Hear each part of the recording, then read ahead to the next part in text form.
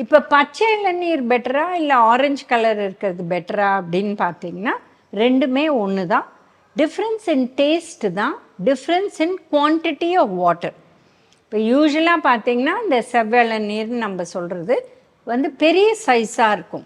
So அதனால அதில் 2 to 3 glasses கூட உங்களுக்கு ஃபுல்லாக வந்து இளநீர் இருக்கும். ஆனால் பச்சை இளநீர் கொஞ்சம் சின்னதாக இருந்தால் இதில் 1.5 டம்ளர் 2 டம்ளர் தான் இருக்கும். ஸோ இந்த மாதிரி இருக்கிறச்சு அவ்வளோதானே டிஃப்ரென்ஸ். குவான்டிட்டியில் ஒரு டிஃப்ரென்ஸ்.